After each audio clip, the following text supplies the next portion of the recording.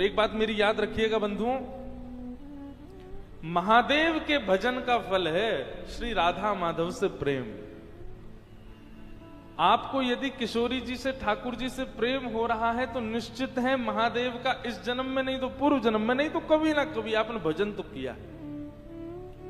कई लोग मिलने आते हैं, वो मुझसे कहते हैं हम लोग पहले महादेव को बहुत भजते थे महाराज जी, पर अब हमारी थोड़ी सी निष्ठा जो है वो वृंदावन के प्रति हो गई, कहीं महादेव नाराज तो नहीं हो जाएंगे। अरे कभी नहीं, महादेव प्रसन्न होते हैं तब अपने वैष्णव को वृंदावन का उपासी बना देते हैं।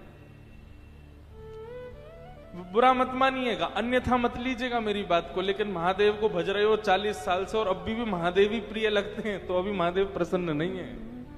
महादेव प्रसन्न होते हैं तो श्यामा श्याम प्रिय लगने लग जाते हैं। हमारी श्री जी का, हमारी किशोरी जी का सबसे ज्यादा यश किसने गाया? महादेव ने गाया। राधा कृपा कटाक्ष स्तोत्र कौन गाता है? हिमालय की कंदराओं में बैठे महादेव ध्यान कर रहे थे, तभी पार्वती जी आकर के पूछती हैं आप तो महादेव हो, दुनिया के सब तो देव हैं, आप तो महादेव हो, महादेव को किसी की उपासना की इच्छा कैसे हो सकती है, आप किसको भजते हो? तब महादेव उनको राधा कृपा कटाक्ष स्तोत्र सुनाते हैं। बोले पूरा विश्व मेरो ध्यान करे पर मैं तो अपनी श्यामा जी को ध्यान करूं, मैं तो किशोरी जी को ध्यान करूं। सदा श्री राधा रानी का स्मरण करते हैं महादेव। मुझे इतनी प्रसन्नता हुई, अभी जब नासिक में कथा थी तो मैं त्र्यंबकेश्वर गया, प्रथम दिन गया और अंतिम दिन गया, 2 ही दिन, क्योंकि बाहर जाना अलाउ नहीं था मुझे। तो जब मैं त्र्यंबकेश्वर गया तो वहां के सब पुजारी जैसे ही मुझे देखा तो वे सब पता क्या बोले? श्री राधा वल्लभ लाल की। मैं ये सुनते ही बिल्कुल स्तब्ध हो गया। मैंने कहा आपने ऐसा क्यों कहा? तो वहां के पुजारी बोलते हैं, बोले हम वर्षों से त्र्यंबकेश्वर भगवान की सेवा करते आए, हमेशा कपाट खोलते ही शिव महिम स्तोत्र बोलते हैं, ओम नमः शिवाय का उच्चारण करते हैं, हर हर महादेव बोलते हैं, पर आपने बताया कि महादेव के निज ठाकुर जी श्री राधा वल्लभ लाल हैं जो कि वृंदावन में विराज रहे हैं, और महादेव के सामने यदि जाकर के राधा वल्लभ लाल की जय बोलोगे तो तीनों नेत्र खोल करके देखेंगे। वो तब से हम लोग यही बोलते हैं, श्री राधा वल्लभ लाल की जय।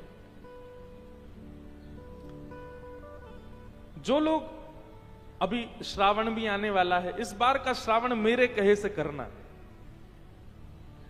जितनी देर श्रावण में आप महादेव का अभिषेक करो, इस बार ओम नमः शिवाय, ओम नमः शिवाय बोलना चाहिए। ओम नमः शिवाय से सारे कष्ट हरते हैं भैया, वो सर्वोपरि मंत्र है। अपने कष्ट निवारण के लिए यदि आप महादेव के पास गए हो तो ओम नमः शिवाय बोलना, लेकिन महादेव को प्रसन्न करने यदि गए हो तो अब की बार जब जल चढ़ाओ, दूध चढ़ाओ, गन्ने का रस चढ़ाओ, कुछ भी चढ़ाओ, उस समय हमारी श्री जी का नाम कहना, श्री राधा श्री राधा श्री राधा श्री राधा। आप अनुभव करेंगे महादेव के रोए खड़े हो जाएंगे, महादेव आनंदित हो जाएंगे।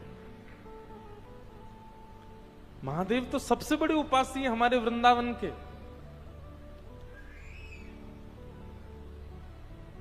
तो श्री हरिराम व्यास जी उन काशी गए, काशी से महादेव ने उनको भेजा, अरे व्यास जी आप अपनी विद्वत्ता से विद्वानों को हरा रहे हो, ये सब छोड़ो, जाओ वृंदावन।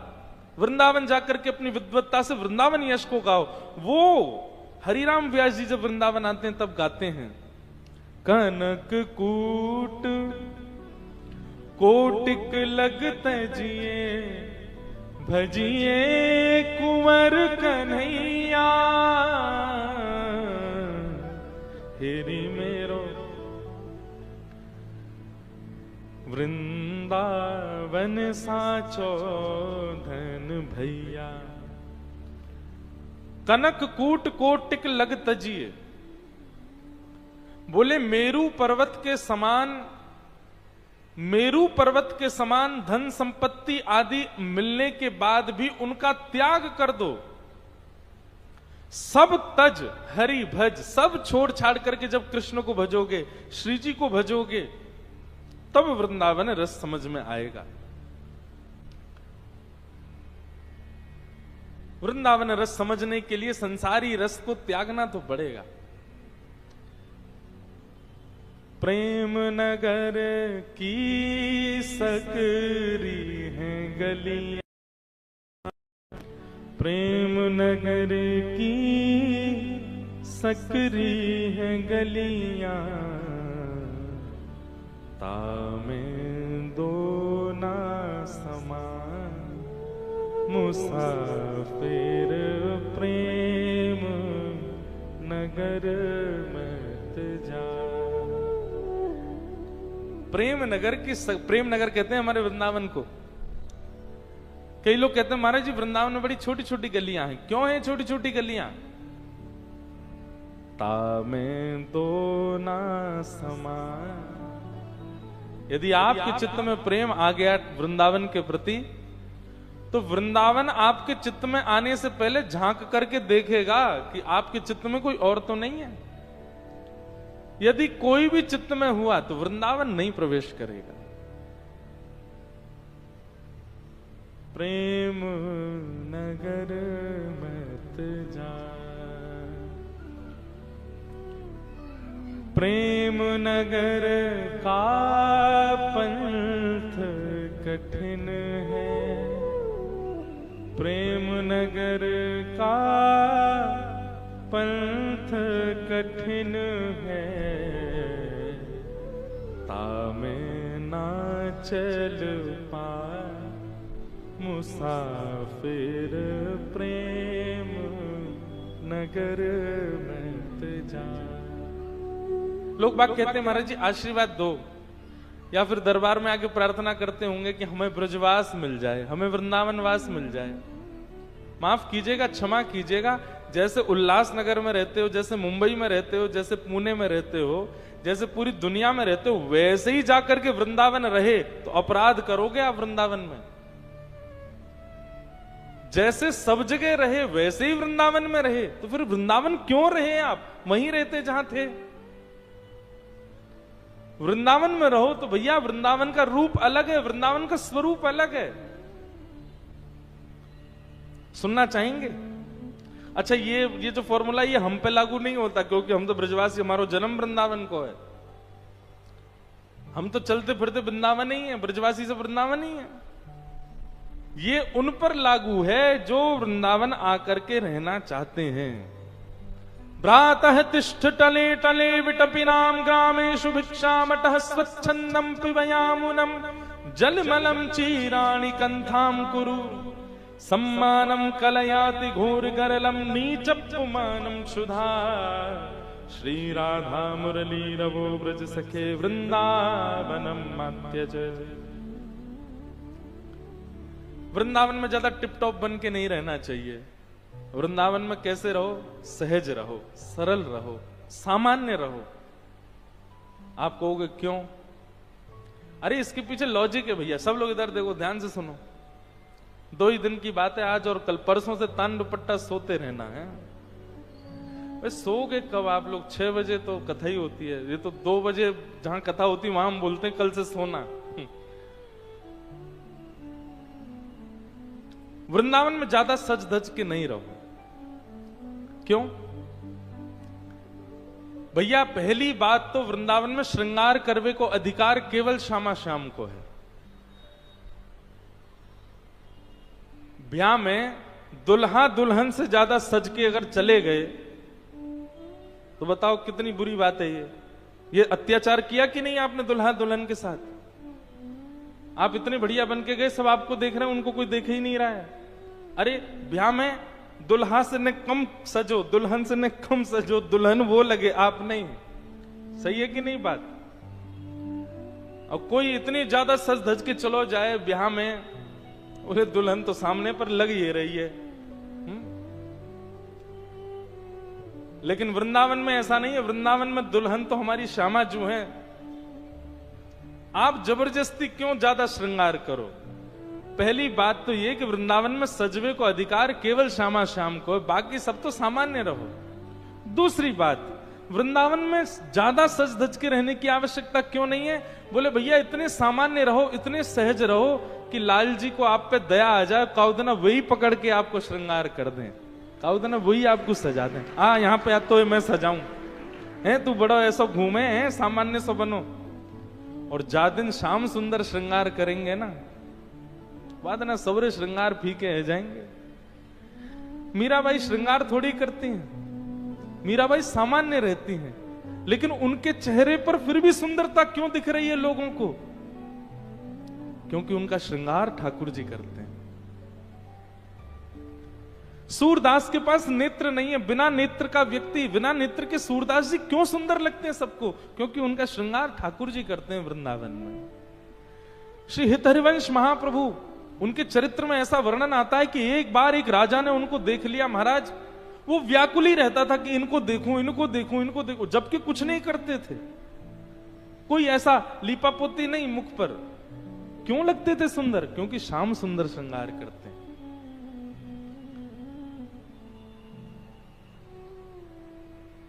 इसलिए वृंदावन में सामान्य रहो, सम रहो, ज्यादा व्यवस्थित होकर रहने की आवश्यकता नहीं है। अब व्यवस्था में रोज कोई दिखे तो हम ही उसको कहेंगे भाई थोड़े नेक व्यवस्थित हो जाओ। काउदना श्याम सुंदर कहें तू नेक व्यवस्थित है जा। कल हम जो पद गा रहे तो वो लागू होगा ना, तू अपनो श्रृंगार करत है, ये दर्पण हाथ दिखावत है, तू है सखी बड़ भाग बड़ी, नंदलाल तेरे घर आवत है।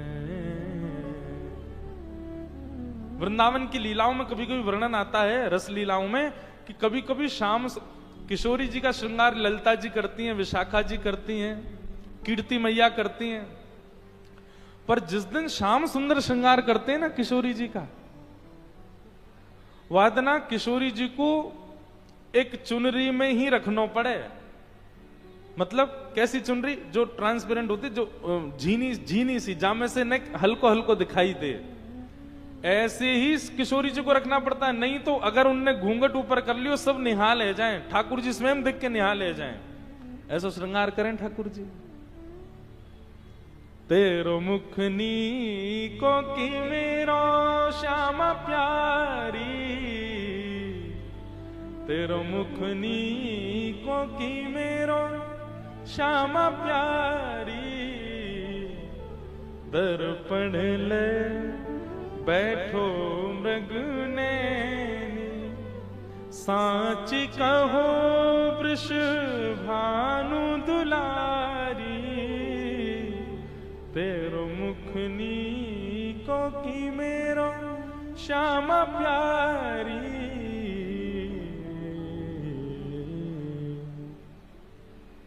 तो वृंदावन में सम रहो, सामान्य रहो। क्यों? दो कारण। प्रथम कारण, तो वहां दुल्हा दुल्हन बैठे, उनको ही सजन दो, तुम काहे को सज रहे हो?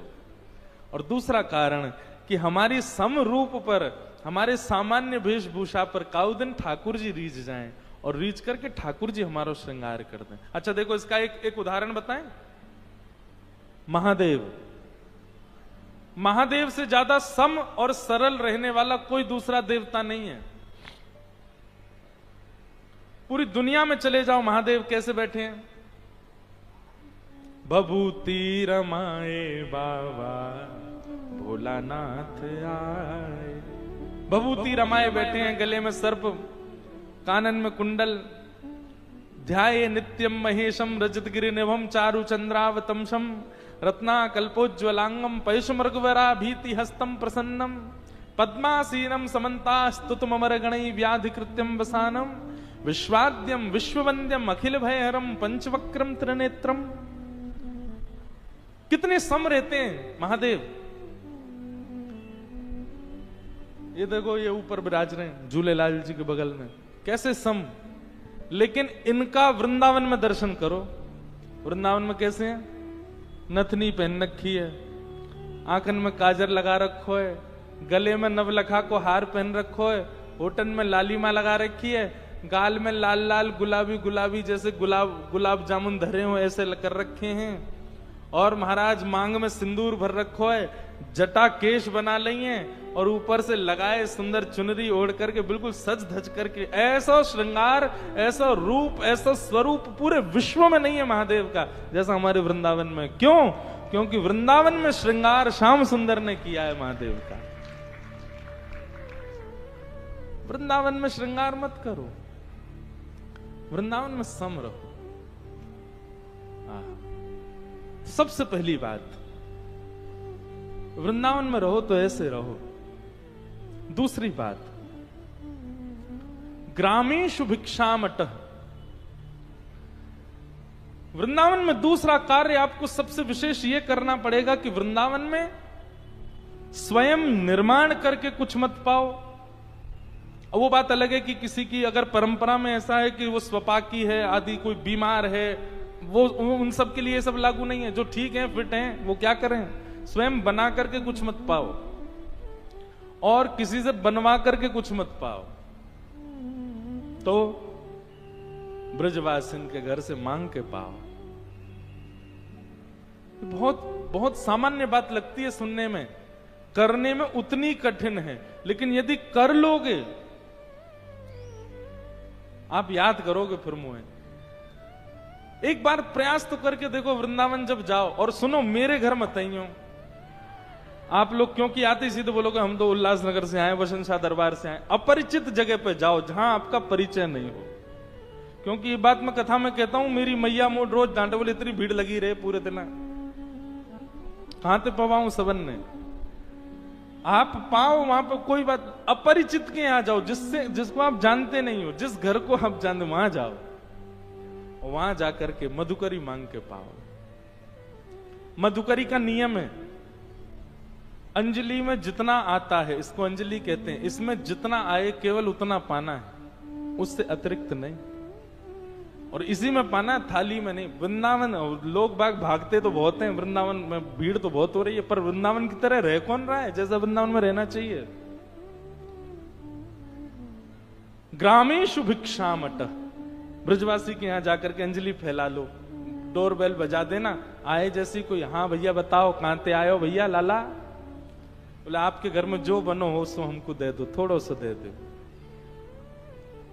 और सुनो, यदि वो लाकर के दे दे तो बड़ी कृपा, और यदि हो के भैया कहीं और चलो जाए यहां ना आए तो समझियो और ज्यादा कृपा। फटकार के भगा दे तो फिर कोई और के घर जाओ। और इसमें लज्जा नहीं करना, ठाकुर जी तो बिन बुलाए डोले इनके घर। अरे सो चटक मटक सो ठाकुर, तीनों लोकन हूं मैं नाय।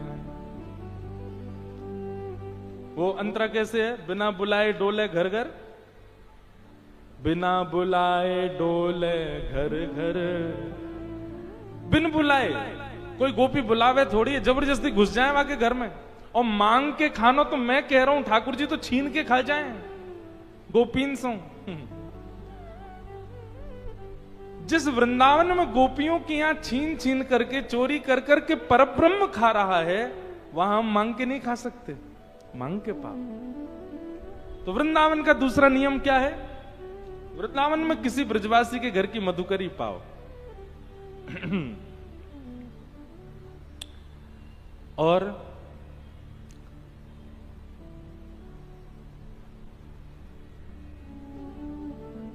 स्वच्छंदम पिबयामुनम जलमलम।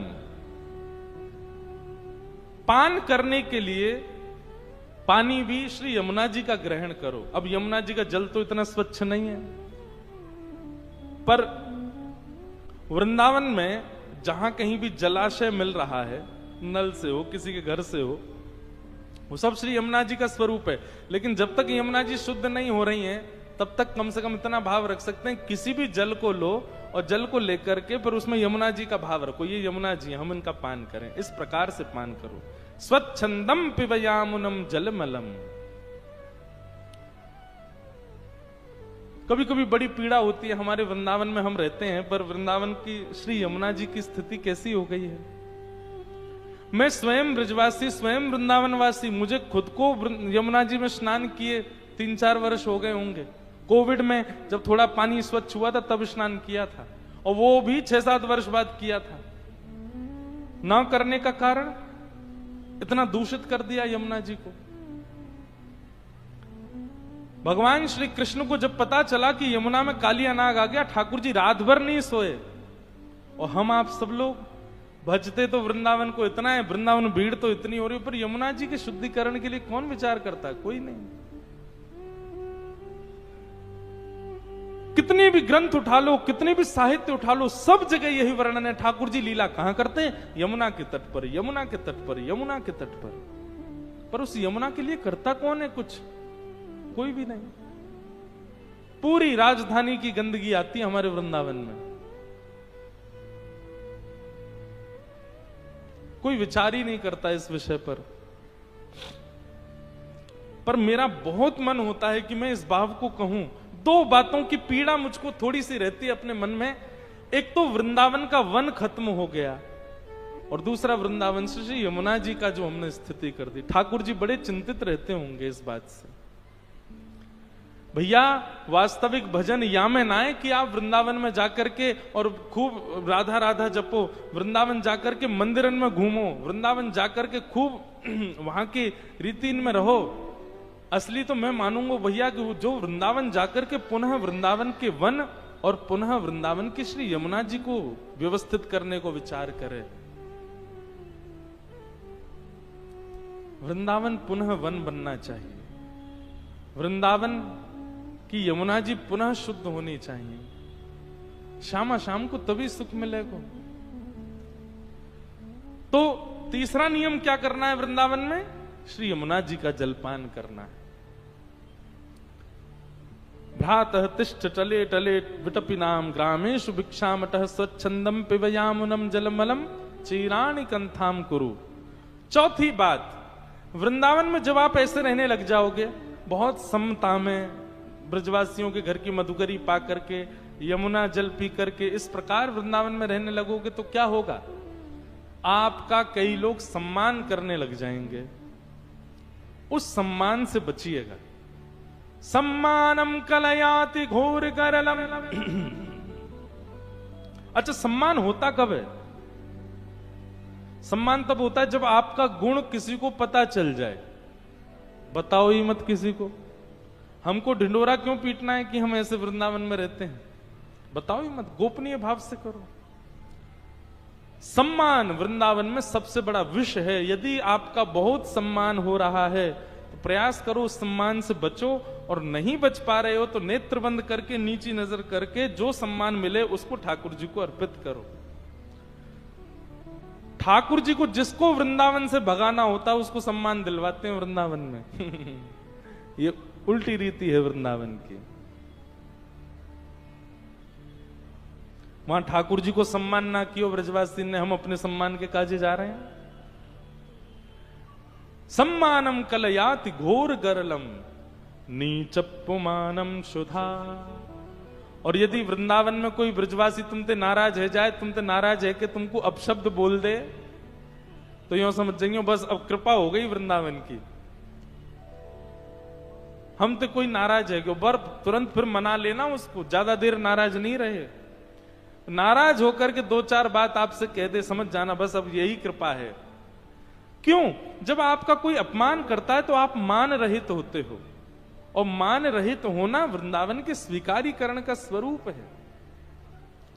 नीचपुमानम सुधा श्री राधा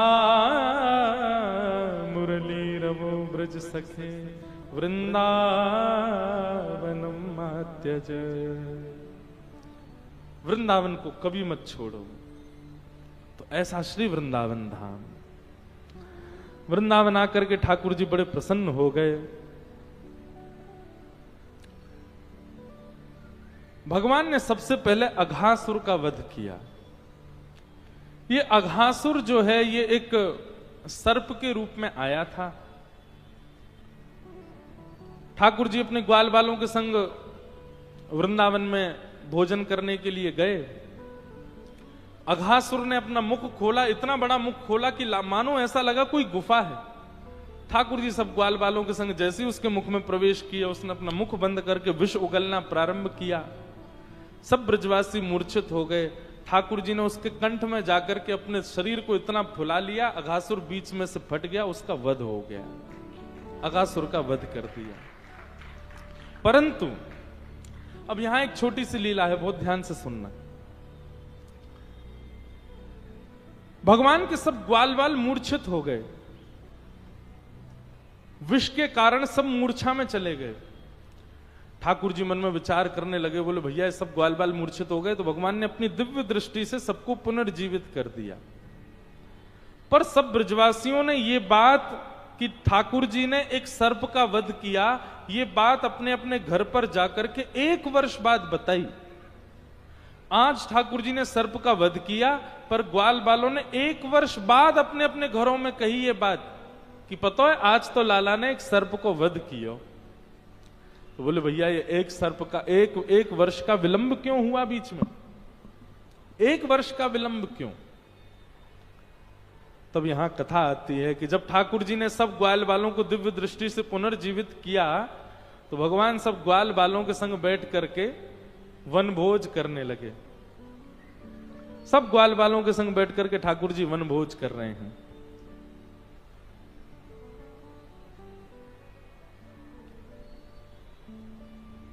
मीठो मदन गोपाल आज दधी, मीठो मदन गोपाल आज दधी, मीठो मदन गोपाल। श्री सुखदेव जी महाराज इतना सुंदर वर्णन करते हैं ठाकुर जी वनभोज कैसे करते हैं। ठाकुर जी की इस छवि का दर्शन करो। विभ्रद वेणुम जठर पटयो श्रांग वित्रे च कच्छे, वामे पाणे मृषण कवलम तत्फलम लांगुलीषु, तिष्ठन् मध्ये सुप्रसुहितो हासयन् निर्मभिस्वे, स्वर्गे लोके मिशति विभुजे यज्ञ भुक्पाल केली। सब लोग दर्शन करो कैसे बैठे हैं ठाकुर जी। सब ग्वाल बालों में होड़ लगी है, लाला तू मेरी तरफ मुंह करके बैठ, तू मेरी तरफ मुंह करके बैठ। अब ठाकुर जी बड़ी चिंता में पड़ गए, बोले किसकी तरफ मुख करके बैठूं? जिसकी तरफ मुख करके बैठूंगा तो दूसरे सब नाराज हो जाएंगे। सो ठाकुर जी ऐसे बैठे हैं, इस प्रकार का अपना रूप बना करके बैठे हैं कि सब ग्वाल बालों को लग रहा है लाला हमारी तरफ भी मुख करके बैठो है, लाला हमें ही देख रहा है। और उसमें भी ठाकुर जी का स्वरूप कैसा है? अपनी एक बाम में ठाकुर जी ने वंशी रखी है, दूसरे बाम में ठाकुर जी ने गैया बुलावे वालों एक श्रृंगी रखी है। ये छवि सुनकर के चित्त में धारण करने वाली है। बनाओ, और कोई चित्रकार हो तो इसका रूप बना के दिखाओ। हमने एक बार एक चित्र बताया नासिक में, 35 पेंटिंग आ चुकी हैं अब तक मेरे पास बन के। ठाकुर जी और राम जी की एक साथ गले में गलवैयां डाले, उसकी कुछ एक कथा सुनाई थी उसके अकॉर्डिंग।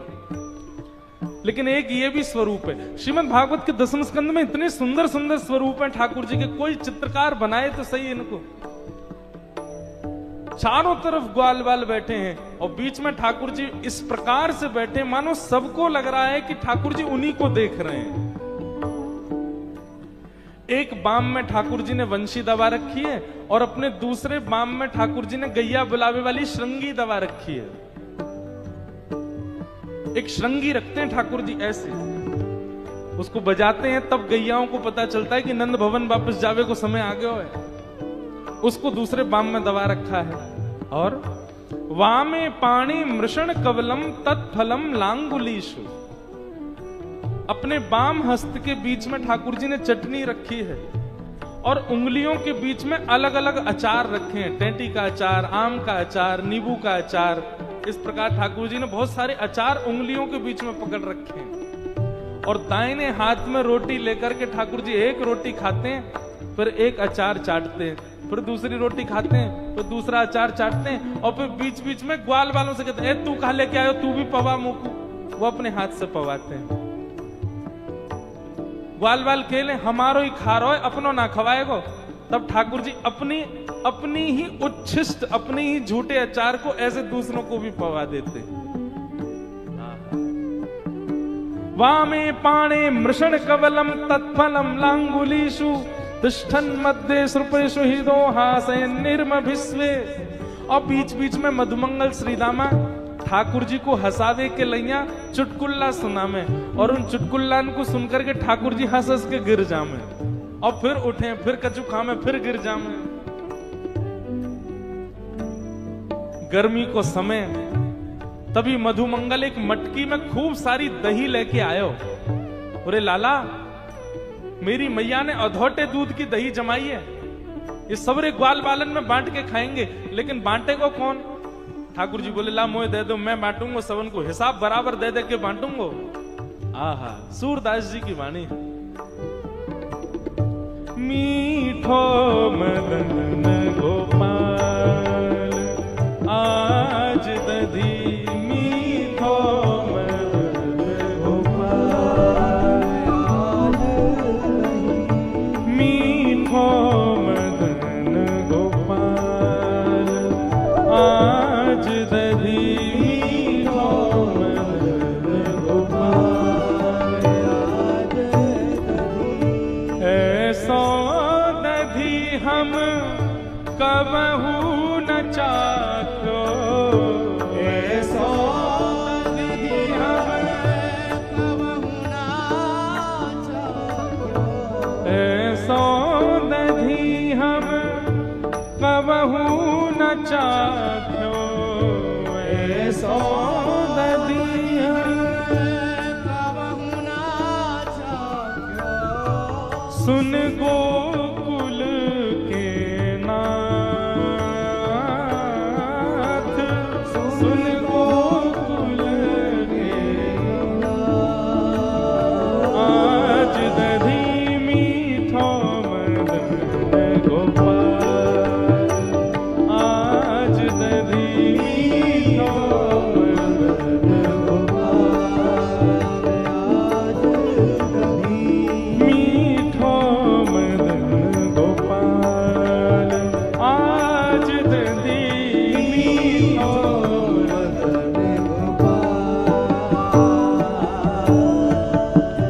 सब ग्वाला कह रहे, बोले लाला आज तो दही बड़ो ही मीठो लग रहा है। ठाकुर जी बोले क्यों, आज इतना मीठो क्यों लग रहा है? तब एक ग्वाला बोला, बोले अरे अब तो चलो राज। बोले कहा? बोले लाला देवे ते पहले मटकी में ते दही निकारे, पहले स्वयं चाट ले फिर देवे। चाट चाट के दे रहो, झूठो कर करके दे रहो, या हमारे मीठो लग रहा है। भावे मोहे तिहारो झूठो, भावे मोहे तिहारो झूठो, सुंदर नयन विशाल, सुंदर नयन विशाल, जिन नहीं पायो सुनो मेरे भैया, नहीं पायो सुनो मेरे भैया, जिन नहीं पायो सुनो मेरे भैया, नहीं पायो सुनो मेरे भैया, मेरी हथेली आज दधी, मेरी हथेली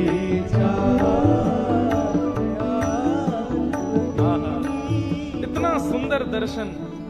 ठाकुर जी सबको दही बांट रहे हैं। दही बांटते बांटते खत्म है गए, ग्वाल बाल रह गए, रोन लगे। बोले लाला तने सबन को बांट दियो, हम तो रही गए। ठाकुर जी बोले अरे भैया जो नहीं पायो सुनो मेरे भैया, मेरी हथेली चाट ले।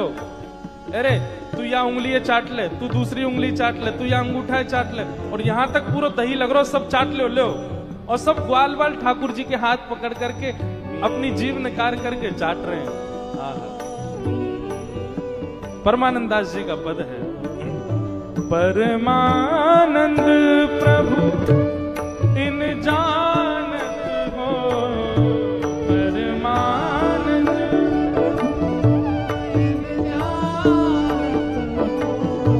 तुम त्रिभुवन के भूप हो, तुम त्रिभुवन के,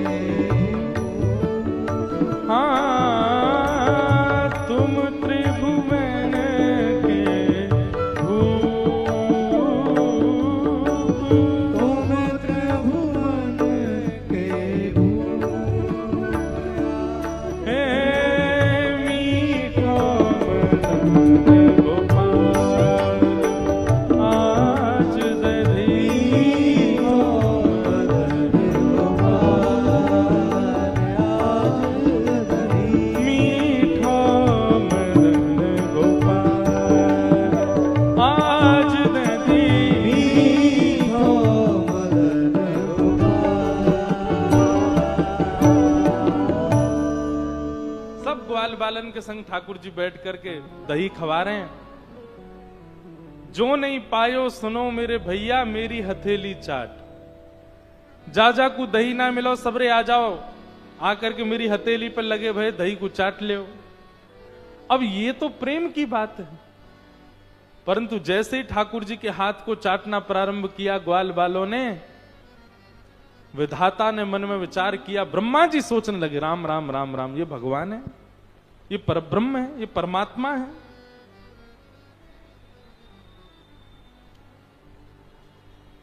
और जैसे ही संशय प्रकट हुआ, संशय प्रकट होते ही ब्रह्मा जी ने विचार कर लिया कि ये परब्रह्म नहीं हो सकते, और अवसर पाकर के ठाकुर जी हाथ धोने गए थे जमुना जी में। यहां सब ग्वाल बाल बैठे सब सामग्री समेट रहे थे, ब्रह्मा जी आए और सब ग्वाल बालों का हरण करके अपने साथ ले गए। ठाकुर जी ने जब पीछे मुड़ करके देखा तो कोई भी ग्वाल बाल वहां था नहीं, एक भी गैया नहीं, एक भी बछड़ा नहीं। ठाकुर जी ढूंढने लगे, कोई नहीं मिला तो रोने लगे। बंधु एक बात पता है, ठाकुर जी को सबसे ज्यादा प्रिय भोग क्या है? 56 भोग लगाओ, ये लगाओ, वो लगाओ, पर सबसे ज्यादा प्रिय उनको क्या है? उनसे प्रेम करने वाला उनके सामने बैठ जाए, उस समय भोजन भी मत दो ठाकुर जी को, स्वीकार है, वो दिखता रहे। ठाकुर जी को सबसे प्रिय अपना प्रेमी भक्त है।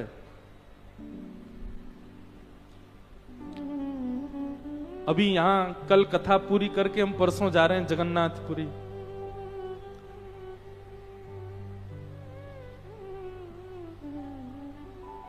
श्री जगन्नाथ महाप्रभु की पूरी कथा हमारे जगन्नाथ जी सुनते हैं। आपको पता है इनका ऐसा स्वरूप क्यों है? ये 2 भुजाएं, ये ऐसा पेट, ऐसा मुख,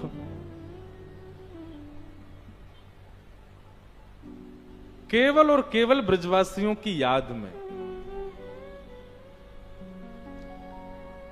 प्रेम की 10 अवस्थाएं होती हैं। हम संसारी लोग प्रथम अवस्था में भी नहीं आ सकते।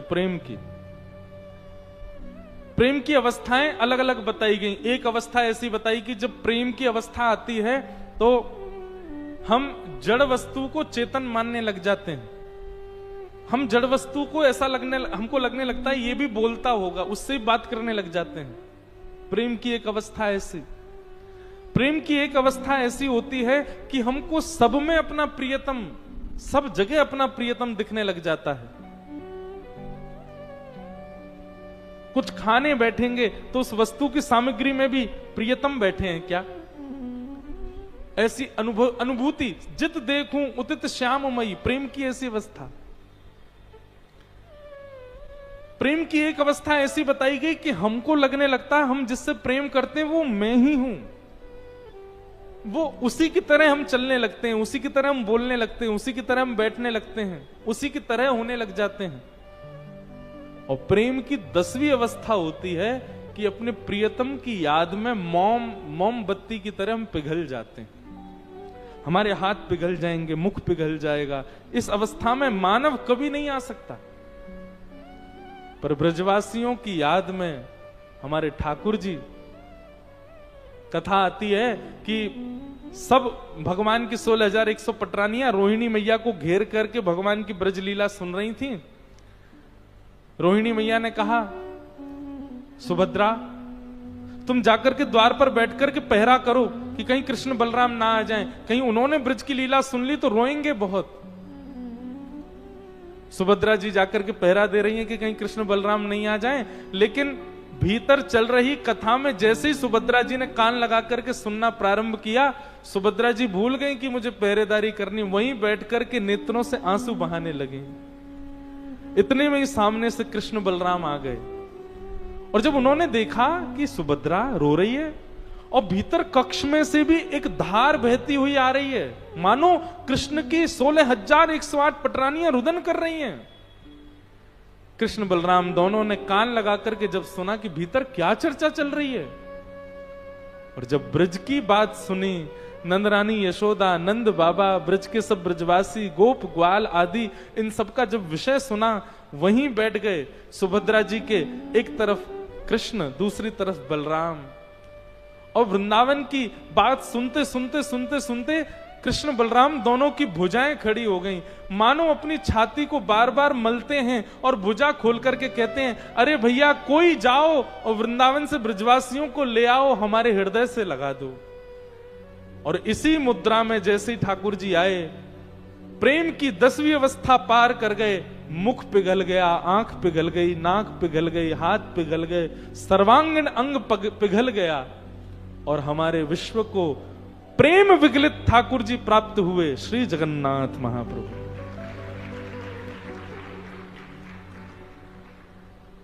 मैं साईं हमारे श्री गिरधर लाल जी साल में एक बार जगन्नाथ जी का भेष धारण करते हैं, रूप धारण करते हैं। रथ यात्रा वाले दिन हमारे गिरधर लाल जी के ऐसे ही नेत्र बनाते हैं, और ये 2 भुजाएं इनको हम वस्त्र के अंदर करके और 2 भुजा ऐसी बना देते हैं।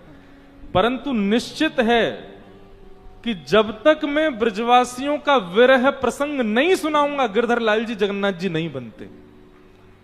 जब ब्रजवासियों का विरह प्रसंग सुनाया जाता है, किशोरी जी की याद का विरह प्रसंग गाया जाता है, और वो गाते हुए जब श्रृंगार किया जाता है, तब हमारे लाल जी जगन्नाथ जी का रूप धारण करते हैं। हमको लगता है कि श्री जगन्नाथ जी को देख करके हम बड़े प्रसन्न होते हैं, पर श्री जगन्नाथ जी सदा ब्रजवासियों की याद में रहते हैं। प्रेम विगलित हैं ठाकुर जी। ठाकुर जी को सबसे ज्यादा प्रिय यदि कुछ है तो जब उनका प्रेमी उनके सामने हो। मैं क्या करता हूं कथाओं में, हम प्रेम नहीं करते ठाकुर जी से, हम तो केवल दिखावा करते हैं, बनावटी प्रेम है हम लोगों का। वास्तविक हमसे प्रेम श्री ठाकुर जी करते हैं। हम तो बनावटी लोग हैं, हम लोगों जैसी एक्टिंग कोई नहीं कर सकता, हम तो एक्टर लोग हैं, नाटक करते हैं केवल। ठाकुर जी हैं वास्तविक प्रेमी। तो नहीं तो सोचो, हमारी छोटी सी क्रिया, हमारा तनिक सा प्रयास, हमारा थोड़ा सा भी अगर ठाकुर जी के प्रेम के प्रति थोड़ा सा भी हम पद बढ़ाते हैं, ठाकुर जी कितने ज्यादा कृपा कर देते हैं हमारे ऊपर। मानो जैसे तैयार बैठे हो, फेंटा बांध करके बैठे हो, तू अनेक आ तो सही मेरे पास, मैं दौड़ के तेरे पास आऊंगा।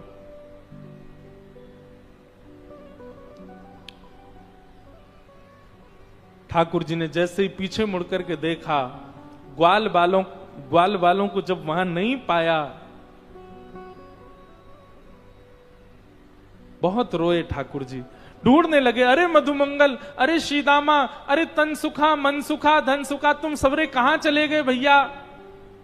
मोए तुम्हारी बड़ी याद आ रही है, तुम सबरे कहां चले गए? ठाकुर जी ढूंढ रहे हैं, कोई ग्वाल बाल नहीं मिला। ठाकुर जी ने नेत्र बंद कर, एक बात याद रखिएगा बंधुओं, भगवान श्री कृष्ण ब्रज में जब लीला करते हैं ना, अपनी प्रभुता भूल करके लीला करते हैं। वो भूल जाते हैं कि मैं ईश्वर हूं। पहले तो ढूंढा, जब नहीं मिले तब एकांत में बैठ करके अपनी प्रभुता का चिंतन किया, मैं ईश्वर हूं। और अपनी दिव्य चेतना से, अपनी दिव्य शक्ति से जब ठाकुर जी ने नेत्र बंद करके चिंतन किया, कहां है ग्वाल बाल, तब देखा कि ब्रह्मलोक में बंधी बनाकर के मूर्छावस्था में पड़े हैं। ब्रह्मा ने उनका हरण कर लिया। ठाकुर जी के नेत्र लाल पड़ गए, ताम्रवर्ण हो गया ठाकुर जी का। लेकिन कुछ कहा नहीं ब्रह्मा को। जितने ग्वाल बाल थे, जितने बछड़ा बछिया हरण किए ब्रह्मा जी ने, सब भगवान ने अपने अंग से प्रकट कर दिए। मतलब ग्वाल बाल, गैया, बछड़ा, बछड़ा, ये सब कोई और नहीं, 1 वर्ष तक श्री कृष्ण ही सबके रूप में घूम रहे थे। इसके पीछे भी कथा आती है, हमारे पूज्य नाना जी सुनाते थे। जो लोग रास लीला पर संशय करते हैं कि भगवान ने परिस्त्रियों के साथ रास किया, बोले नहीं, ध्यान से सुनना। जब ये लीला हुई उस समय पूरे ब्रजमंडल में पूर्णमासी ने हल्ला कर दिया। पूर्णमासी एक उनकी कथा लंबी है। पूर्णमासी थी, उन्होंने हल्ला मचा दिया और हल्ला मचा करके क्या कहा, अरे सबरी गोपियों ध्यान से सुनो, अभी कछु महीना बाद 12-13 वर्ष के लिए ऐसा योग आ रहा है कि कोई ब्याह नहीं कर सकेगा, कहीं ब्याह नहीं होंगे। तो या हमारे अभी सही समय है, सबरे अपनी अपनी छोरीन को, अपने अपने छोरान को ब्याह कर दो। और उस समय ब्रजमंडल में जितने भी गोप ग्वाल थे वो सब श्री कृष्ण ही थे, क्योंकि ब्रह्मा जी हरण करके ले गए थे बाकी सबका। तो उस काल में जब गोपियों ने अपनी अपनी कन्याओं का ब्याह किया, जिन जिन गोपों से किया, वो गोप श्री कृष्ण ही थे, कोई और नहीं थे। तो एक प्रकार से ब्रजमंडल की समस्त गोपियों का विवाह श्री कृष्ण के साथ हुआ उसी काल में। पहली बात। दूसरी बात, जब ठाकुर जी यशोदा मैया की गोद में बैठे रहते हैं, यशोदा मैया का दुग्ध पान करते हैं, तो नंद भवन की 9 लाख गैया और गोकुल की सब गैया सब मन में विचार करें, बोले कि भैया काश हमारो लाला भी कन्हैया हो, तो हमारे थन से मुख लगा करके पीतो तो हमें बड़ा सुख मिलता। ठाकुर जी बोले चिंता मत करो, तुम्हारी इच्छा भी पूरी करूंगा। और जब ब्रह्मा जी ने सारे बछड़ा बछियाओं का हरण कर लिया, तो सारे बछड़ा बछियाओं के रूप में भी श्री कृष्ण आ गए। और श्री कृष्ण जाकर के थन लगा करके जैसे ही पीते हैं, आज गैयाओं को भी सुख मिलता। उनको ये नहीं लगता हमारा बछड़ा दूध पी रहा, उनको लगता है अत्यंत कोमल श्री कृष्ण ही अपने मुख से दुग्ध पान कर रहे हैं। तो 1 वर्ष तक सब बछड़ा, सब बछिया, सब ग्वाल बाल, इन सब के रूप में ठाकुर जी ही थे वृंदावन में। एक दिन बलराम जी महाराज ने इस बात को नोटिस किया। बलराम जी बोले, ठाकुर जी से बोले लाला, मोय ब्रज में कछु अटपटो सा लग रहा है। ठाकुर जी बोले क्यों?